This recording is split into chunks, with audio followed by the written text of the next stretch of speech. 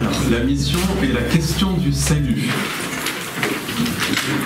La majorité d'entre vous, maintenant, vous devez être bien au courant qu'ici, à Saint-Pierre-de-Colombier, ont commencé les travaux du site de Notre-Dame-des-Neiges. Et grâce à notre blog Internet, vous pouvez suivre presque jour après jour l'avancement de ce chantier, grâce à des explications claires et détaillées, agrémentées de photos pour mieux comprendre l'avancement des travaux. Ainsi, pour vous, il n'y a plus aucun secret. Vous savez en quelque sorte le procédé des maçons pour réaliser une œuvre en béton.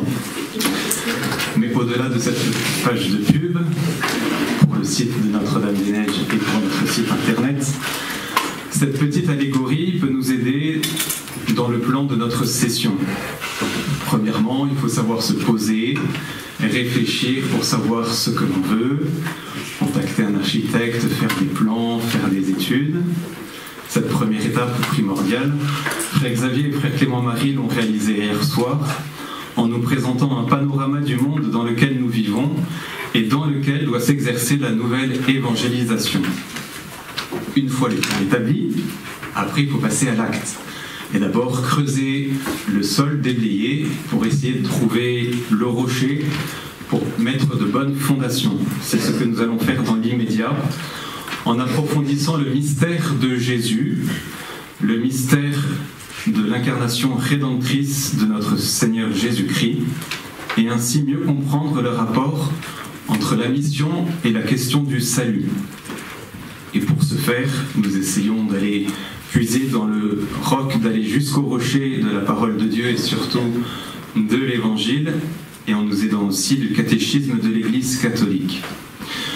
Une fois que nous sommes arrivés au rocher, nous pourrons enfin couler de bonnes fondations et nous le ferons dans la foulée avec Sœur Théodora pour bien fonder l'Église par laquelle Jésus continue son œuvre. Ainsi, nous aurons vraiment, par ces deux enseignements fondamentaux, de bonnes fondations, de bonnes bases solides pour ensuite édifier toute la mission de l'Église. Donc, dans ce premier enseignement, nous allons nous centrer sur la personne de Jésus, avec 4 parties principales. Tout d'abord, Jésus, le grand missionnaire qui est venu accomplir la rédemption. Dans une deuxième partie, nous verrons les 4 raisons de l'incarnation que le catéchisme de l'Église catholique développe. Ensuite, concrètement, nous verrons comment Jésus a été le grand missionnaire dans sa vie terrestre. Et puis, dans une petite 4e partie, nous verrons que Jésus n'a pas voulu accomplir tout seul sa mission. Alors, tout d'abord, Jésus, le grand missionnaire, venu accomplir la rédemption. Jésus. Le nom de Jésus, en hébreu, signifie « Dieu sauve ». Ce nom n'a pas été trouvé et choisi par ses saints parents, par la Vierge Marie et Saint Joseph. Non, il fut donné par Dieu par l'intermédiaire de l'archange Gabriel lors de l'annonciation faite à la Vierge Marie en Luc 1, verset 31, et à l'annonciation faite à Saint Joseph en Matthieu 1, verset 21. L'ange dit à Saint Joseph, « Ton épouse enfantera un fils, et tu lui donneras le nom de Jésus, c'est-à-dire le Seigneur sauve, car c'est lui qui sauvera son peuple de ses péchés. » Ce nom de Jésus indique donc à la fois son identité et la mission qui sera la sienne, sauver son peuple de ses péchés. Dieu seul peut remettre les péchés. Le nom de Jésus est donc le nom divin qui seul peut apporter le salut. Avec la chute d'Adam et Ève, le péché originel, nous le savons, le mal et le péché sont entrés dans le monde, soumis dorénavant au pouvoir de la mort. Et comme le rappelle le catéchisme de l'Église catholique au numéro 389, la doctrine du péché originel est pour ainsi dire le revers de la bonne nouvelle que Jésus est le sauveur de tous les hommes, que tous ont besoin du salut et que le salut est offert à tous grâce au Christ. On ne peut pas toucher à la révélation du péché originel sans porter atteinte au mystère du Christ. Ceci nous encourage à demeurer fidèles à la foi de l'Église. Le péché originel n'est pas une doctrine dépassée, moyenâgeux, désuet.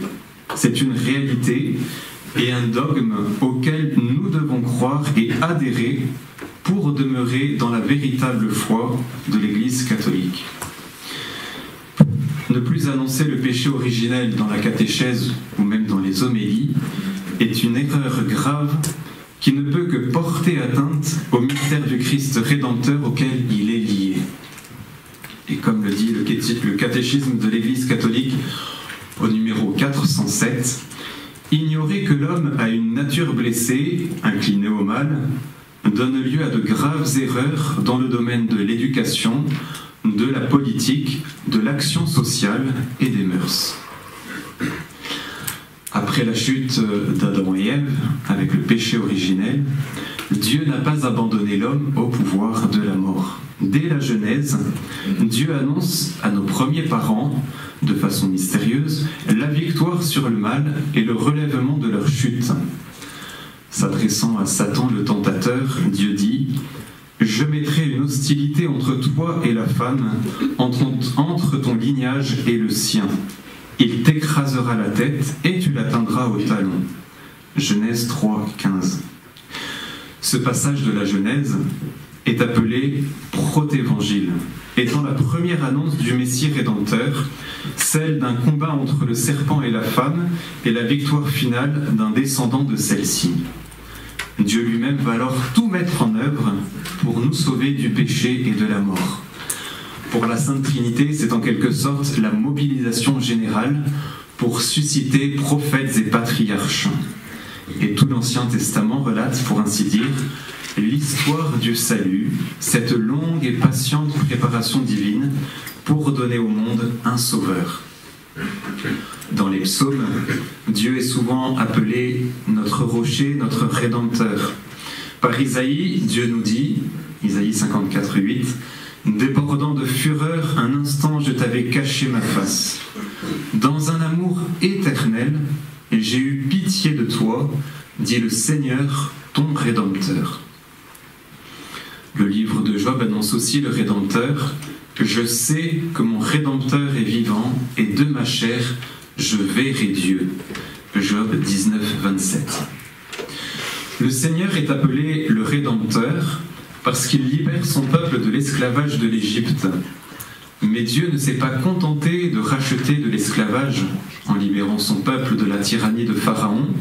Il scelle avec lui une alliance d'amour sur le Sinaï. Mais cependant, malgré l'alliance et le don de la loi, le peuple est toujours demeuré esclave du péché. Tous les hommes, nous dit saint Paul, sont pécheurs et ont besoin d'être rachetés. Romains 3,9. L'homme, tenté par le diable, nous dit le CEC au numéro 397 et 398, l'homme a laissé mourir dans son cœur la confiance envers son Créateur et en abusant de sa liberté, a désobéi au commandement de Dieu. C'est en cela qu'a consisté le premier péché de l'homme. Tout péché, par la suite, sera une désobéissance à Dieu et un manque de confiance en sa bonté. L'homme s'est préféré lui-même à Dieu, et par là même, il a méprisé Dieu. Il a fait choix de soi-même contre Dieu, contre les exigences de son état de créature, et dès lors contre son propre bien. Le péché, nos offenses faites envers Dieu, demandaient une réparation d'amour. Il fallait réparer la désobéissance par un acte d'obéissance parfaite, réparer aussi l'orgueil par l'humilité, la haine par l'amour, la violence par la douceur. Aussi, au terme de cette longue et patiente préparation relatée dans l'Ancien Testament, lorsqu'est venue la plénitude des temps, nous dit saint Paul dans l'Épître aux Galates au chapitre 4, Dieu a envoyé son Fils. Le mot mission vient du mot latin missus, qui signifie envoyer. Et Et le mot latin traduisait le mot grec apostolos, d'où sont forgés les mots français apôtre, apostolat. Dans l'Évangile, Jésus a très souvent dit « J'ai été envoyé, je suis venu ». Par exemple, « Je suis descendu du ciel pour faire non pas ma volonté, mais la volonté de celui qui m'a envoyé ». Jean 6, 38. Ce n'est pas de moi-même que je suis venu, mais il m'envoie vraiment, celui qui m'a envoyé. Jean 7, 27. Il y aurait au moins 50 citations, je vous les épargne.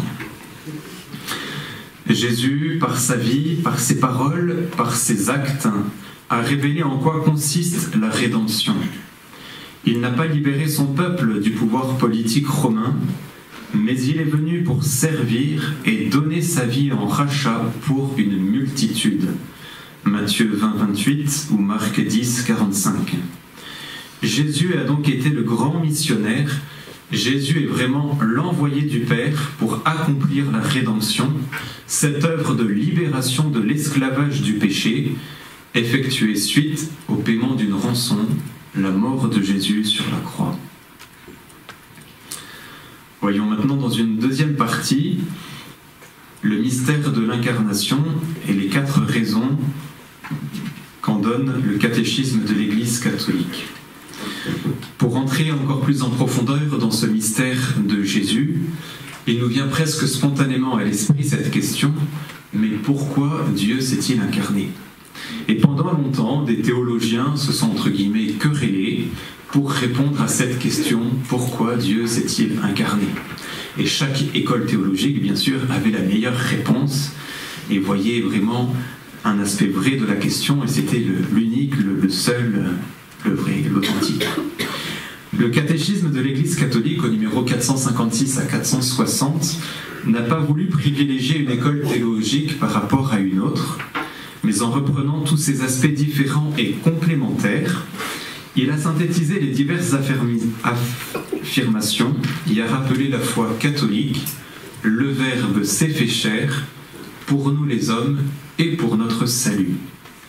Et le catéchisme donc donne 4 raisons de l'incarnation qui ne se contredisent pas, mais au contraire font découvrir la profondeur et la richesse du salut de Dieu par l'incarnation du Verbe.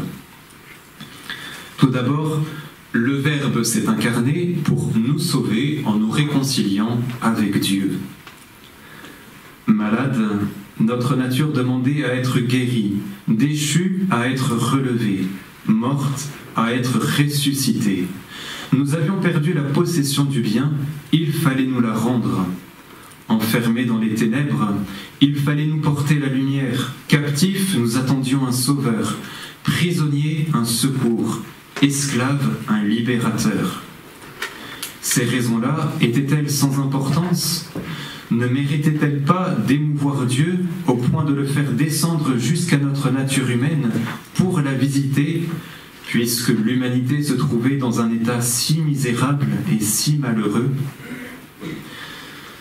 Ce texte admirable de saint Grégoire de Nice, cité dans le catéchisme au numéro 457, peut nous aider à mieux comprendre ce qu'est le salut pour Dieu.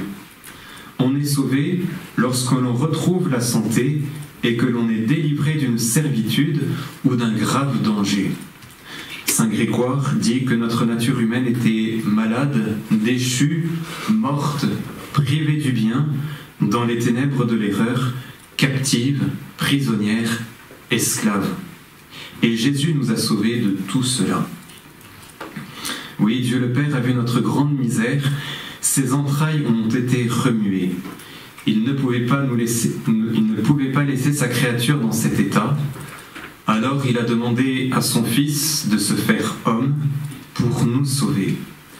Et nous connaissons la réponse admirable de ce Fils, qui a repris une des paroles du prophète Isaïe, « Me voici, envoie-moi », ou du psaume 39, « Me voici, Seigneur, je viens faire ta volonté ».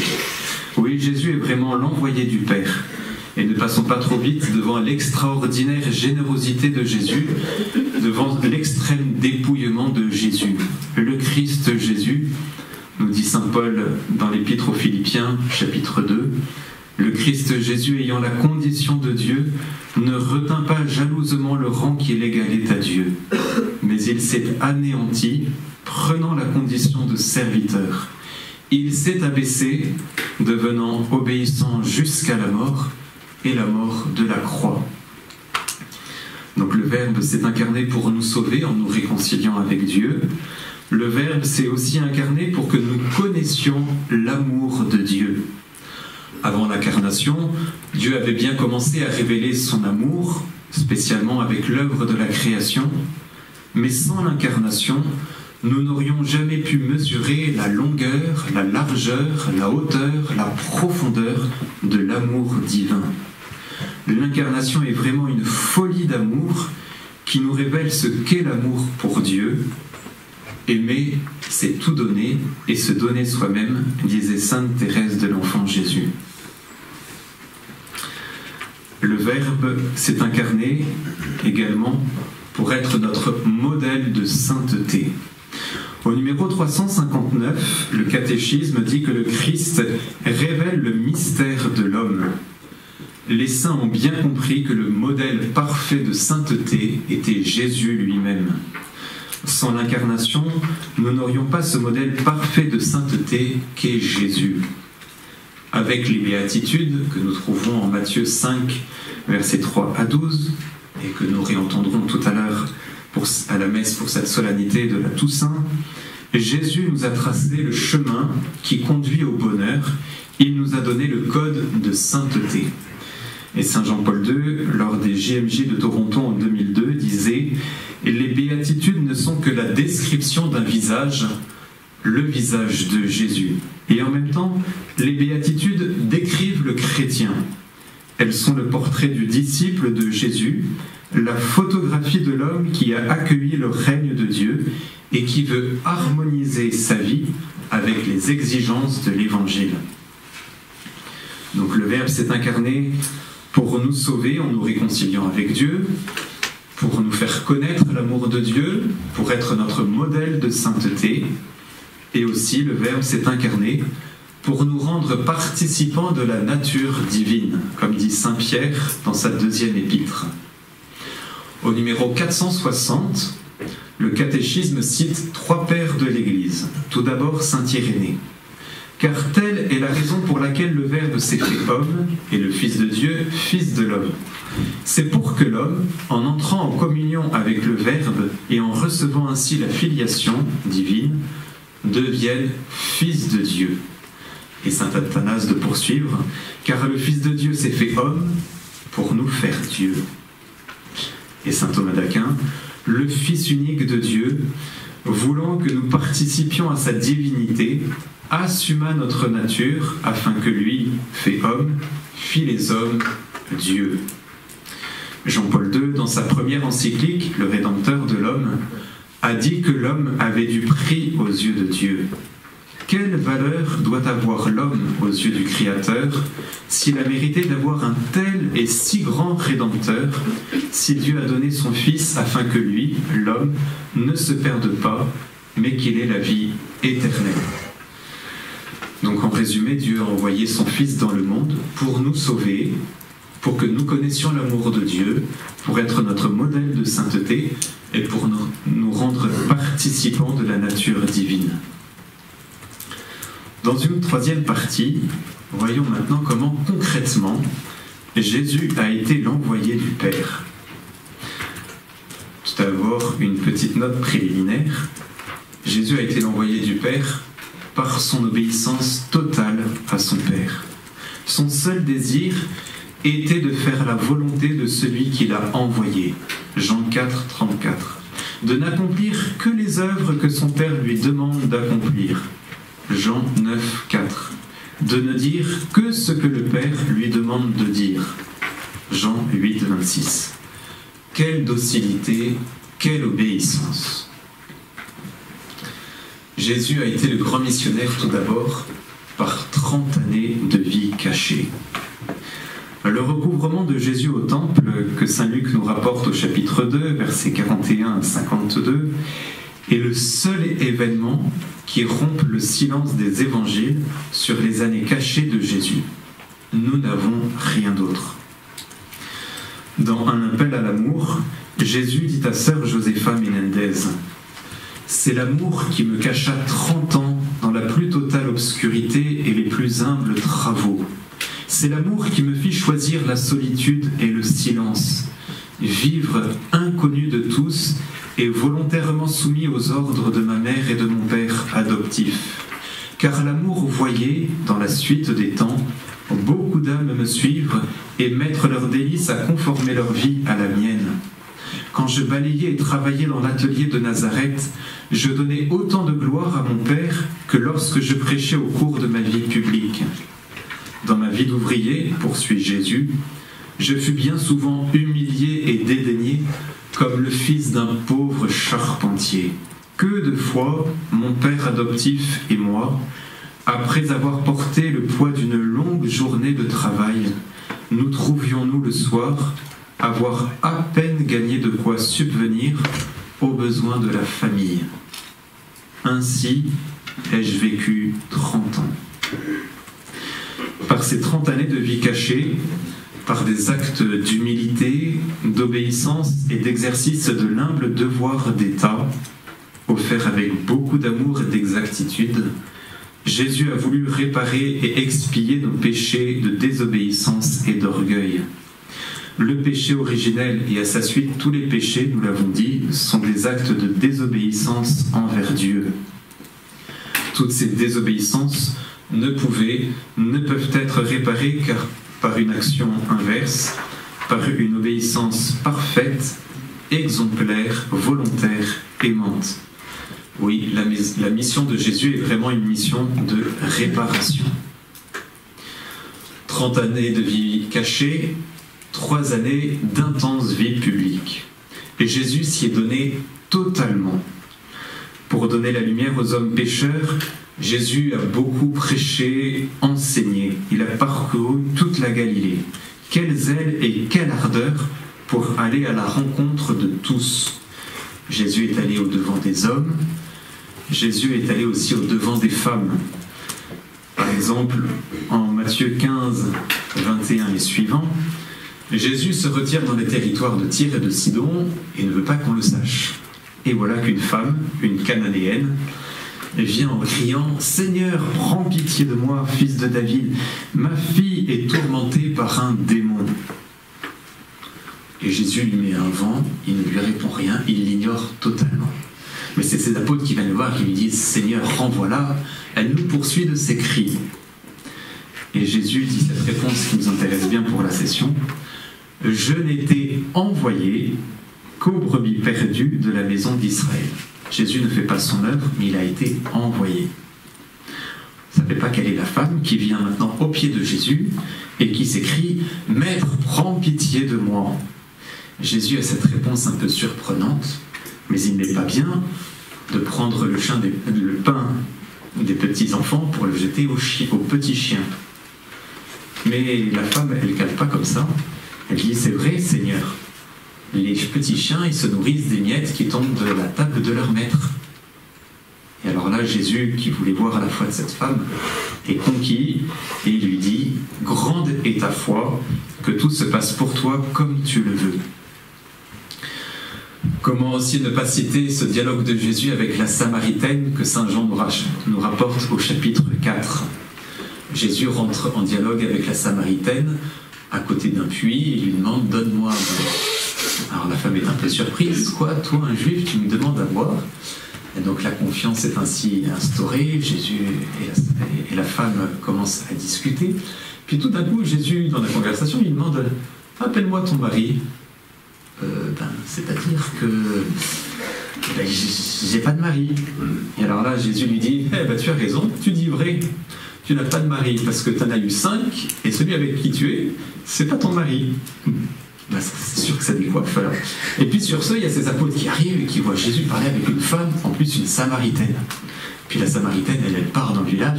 Venez voir un homme qui m'a dit tout ce que j'ai fait. Voilà, Jésus, il n'a pas eu peur d'aller au-devant des femmes.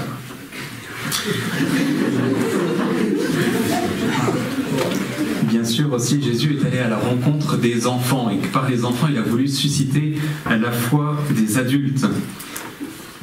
Par exemple, je ne sais pas si je l'ai noté, si en Matthieu 10, verset 2 et suivant, imaginez que Jésus vienne au milieu de nous, d'ailleurs il est là au milieu de nous, et il place un enfant et il nous dit « Je vous le dis, si vous ne changez pas pour devenir comme les enfants, vous n'entrerez pas dans le royaume des cieux. Mais celui qui se fera petit comme cet enfant, celui-là est le plus grand dans le royaume des cieux. » C'est une invitation à nous faire petits, confiants, obéissants comme les enfants. Jésus a enseigné aussi le royaume des cieux aux Juifs comme aux païens. On ne peut pas citer tous les passages où Jésus a discuté avec les Juifs, avec les pharisiens, même avec les sadducéens qui ne croyaient pas en la résurrection de la chair.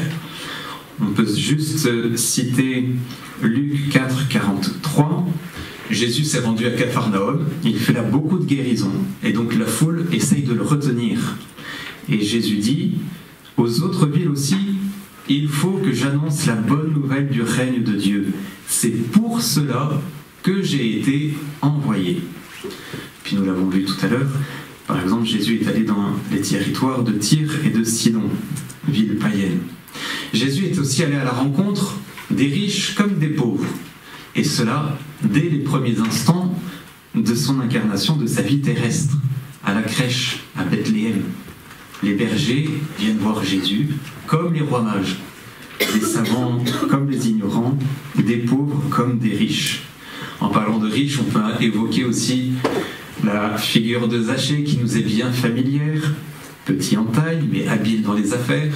Et Jésus qui lui dit « Zachée, descends vite de ton arbre, je veux demeurer chez toi. » Oui, le salut est entré dans cette maison. Jésus est allé à la rencontre des bien portants comme des malades. Peut-on faire la liste de tous les malades que Jésus a guéris durant sa vie publique? Les sourds, les aveugles, les boiteux, les lépreux, les paralytiques, sans compter tous les possédés par les esprits impurs. Jésus est aussi allé à la rencontre des pécheurs, des publicains. Matthieu le publicain, Zachée le publicain. Il y a aussi le fameux épisode de la femme adultère, cette femme qui a été prise en flagrant délit d'adultère et qui est amenée à Jésus et à qui on demande « Jésus, la loi de Moïse nous dit de la liquider, et toi, que dis-tu » Et Jésus se baisse et il écrit au sol. Anne-Catherine Emmerich nous dit qu'il écrivait les péchés des Juifs qui l'interrogeaient. Alors on insiste, que faut-il faire? Et Jésus se relève et il dit « Celui d'entre vous qui est sans péché, qu'il soit le premier à lui jeter la pierre. » Et puis on sait bien que les uns après les autres, ils vont s'en aller en partant des plus âgés. Et puis Jésus relève la tête, il voit la femme seule, personne ne t'a condamné. Eh bien non, Seigneur, personne. Et Jésus qui poursuit, moi non plus, je ne te condamne pas. Alors aujourd'hui, on s'arrête là. Mais Jésus dit, va et désormais ne pêche plus. Oui, Jésus est venu nous délivrer du péché, mais aussi nous donner la force pour lutter et combattre contre le péché. Voilà, comment ne pas évoquer aussi les nombreuses paraboles dont Jésus s'est servi pour annoncer le règne de Dieu. Jésus a vraiment été le bon pasteur, le vrai berger, qui est parti à la recherche des brebis perdues. Mais au milieu de toute cette activité intense, on vient même déranger Jésus de nuit, comme Nicodème, au milieu de toute cette activité, Jésus reste en contact permanent avec son Père. Au petit matin, comme en pleine nuit, Jésus se retire seul dans la montagne pour prier. Avant, pendant et après la mission, ne délaissons pas la prière. C'est une composante primordiale, essentielle. Et c'est pour ça que frère Raphaël y reviendra plus en détail durant la session. Cette sous-partie peut-être a été un peu longue, mais elle nous a fait revivre la profondeur comme la fraîcheur et la joie de l'Évangile. Grâce à l'Évangile, nous pouvons rencontrer Jésus. C'est vrai que nous aurions pu être plus brefs en citant un seul passage de l'Évangile, l'Évangile selon saint Marc, le premier chapitre, au verset 16 à 32, saint Marc qui nous relate une journée type de Jésus. Et Mère Marie-Augusta résumait ainsi la vie intense de Jésus. Jésus était tout à tous et tout à son Père. Enfin, Jésus a été l'envoyé du Père par le sacrifice de la croix. Jésus a accepté très généreusement cette douloureuse mission. C'est l'heure de la croix, c'est son heure, l'heure pour laquelle il a été envoyé. Il a enduré le terrible combat de l'agonie avec la sueur de sang. Jésus dit à son Père, « Père, que cette coupe passe loin de moi, mais non pas ma volonté, mais la tienne. » Oui, Jésus a racheté les captifs que nous étions en payant le prix pour nous libérer de l'esclavage du péché et du démon. C'est la rédemption. Jésus a réparé toutes les offenses faites à Dieu par le péché originel et les péchés personnels de tous les hommes. C'est la réparation. Jésus a aussi expié toutes les peines de nos péchés. C'est l'expiation. Et enfin, Jésus a parfaitement satisfait à la divine justice en faisant en quelque sorte assez pour que tous les hommes puissent être sauvés. C'est la satisfaction. Jésus, avant de mourir, a dit « Tout est consommé ». On pourrait interpréter ainsi cette phrase de Jésus « J'ai accompli parfaitement la mission qui m'a été confiée, ce pourquoi j'ai été envoyé ». Par sa croix, Jésus a vraiment rassemblé dans l'unité les enfants de Dieu dispersés. La mission de Jésus, en fin de compte, est la mission de la charité parfaite. Chacun de nous peut dire « Jésus m'a aimé, il s'est livré pour moi ». Enfin, Jésus a été l'envoyé du Père, mais il n'a pas été seul. Les évangiles nous donnent un témoignage explicite sur la volonté de Jésus, qui a vraiment voulu appeler à lui des hommes pour la mission. Ces hommes sont appelés dans l'évangile disciples et apôtres. Ils ont reçu une mission spécifique. Jésus n'a appelé aucune femme pour cette mission apostolique.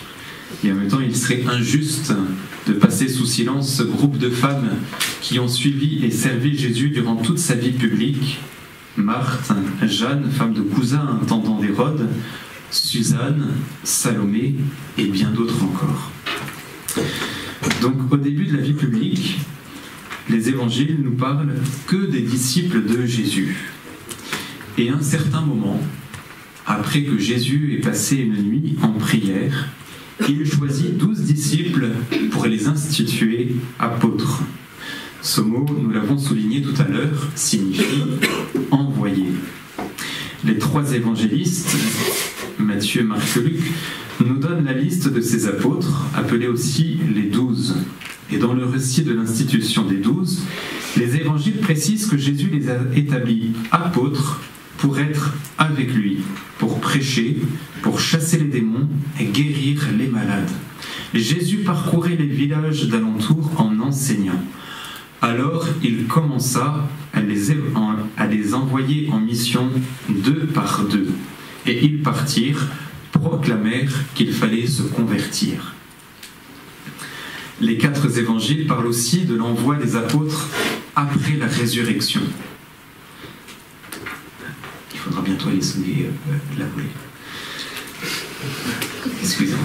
Les 4 évangiles donc parlent aussi de l'envoi des apôtres en mission après la résurrection. Saint Jean dit que Jésus, après avoir été envoyé par son Père, envoie ses apôtres et pour qu'ils puissent remplir cette mission, il souffle sur eux pour leur donner l'Esprit Saint. Saint Marc rapporte des paroles de Jésus très proches de celles de Saint Matthieu. Allez dans le monde entier, proclamez l'évangile à toute la création. Marc 16, 15. Jésus donne l'ordre de proclamer publiquement et avec autorité l'évangile. L'évangélisation n'est pas une proposition seulement, mais un acte solennel, public, donné avec autorité. Elle concerne toute la création ou toute créature. Elle est universelle à toutes les nations, en commençant par Jérusalem, ajoute Saint Luc au chapitre 24, précisant aussi ce qu'est l'évangélisation. faire connaître la passion, la résurrection de Jésus et aussi la proclamation de la pénitence, de la conversion. La mission des apôtres a été une participation à la triple mission de Jésus, prophétique en prêchant, sacerdotale en baptisant et en sanctifiant, et enfin royale en gouvernant le peuple de Dieu.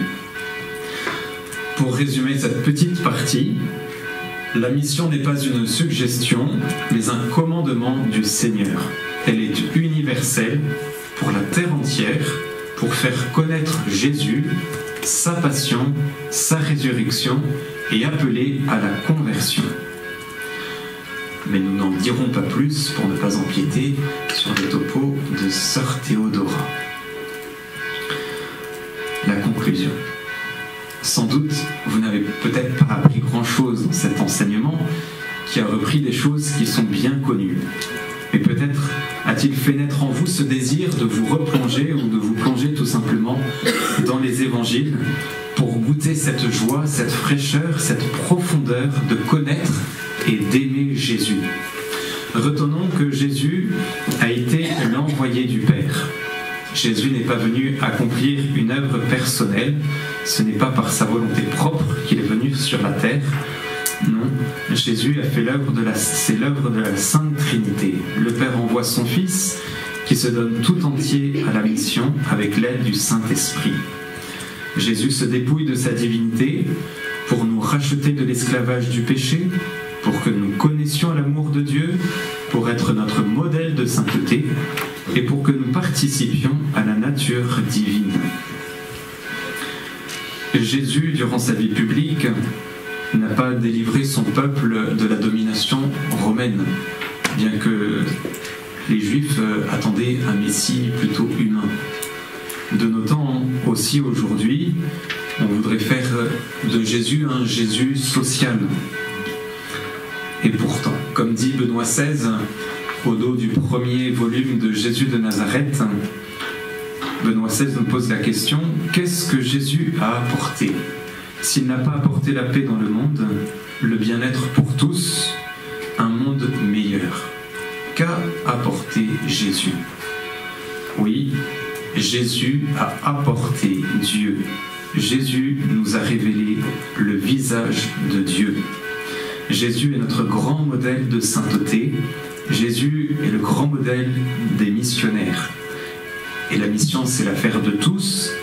C'est un commandement et non une simple suggestion pour ceux qui veulent ou qui peuvent. Jésus nous appelle et nous envoie tous à la suite des apôtres pour proclamer aux nations l'évangile, la bonne nouvelle en disant « Convertissez-vous et croyez à l'évangile ». Cependant, il ne faut pas partir tout azimut, chacun de son côté. Non, Jésus a pensé à tout. C'est pourquoi il nous a donné l'Église, ce don merveilleux qui continue la mission de Jésus sur la terre.